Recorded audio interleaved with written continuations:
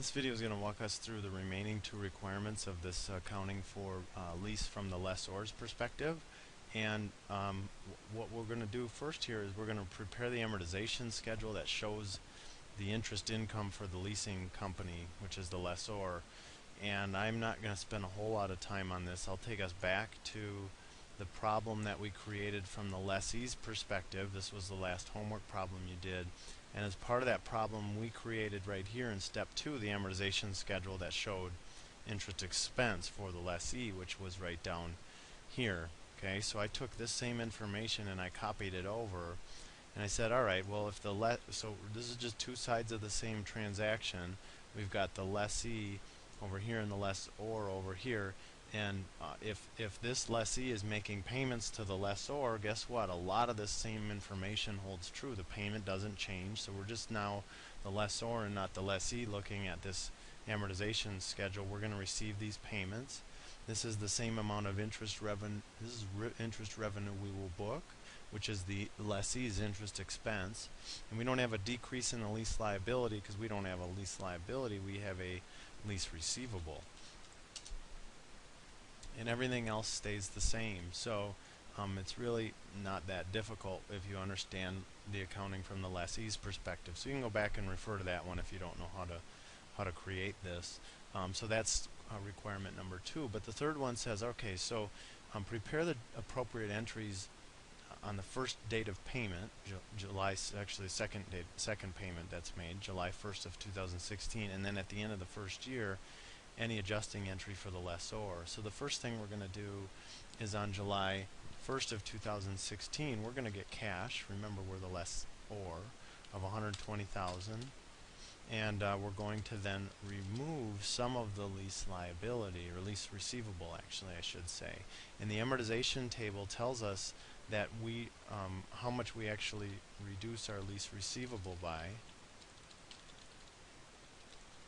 And that amount is the $89,671. And this is a financing agreement. We're kind of acting like a lender in this case for the lessor. So we also need to record interest revenue. And the interest revenue is also displayed here in the amortization schedule. So that's the payment entry to be made on July 1st of 2016. And they ask us then at the end of the year, 12/31 of 2016, to make any adjusting journal entries. So I'm going to take us back real quick to the lessee. This was the same entry made by the lessee. You can see for that payment we flipped it, right? And I guess what we didn't do here, which I should have done, was to record depreciation, because the lessee should have recorded depreciation at this point in time. So they depreciate the asset because they've transferred all the ownership risks and benefits. They're the ones that the lessee is the one that receives all those risks and benefits, so they should depreciate that asset.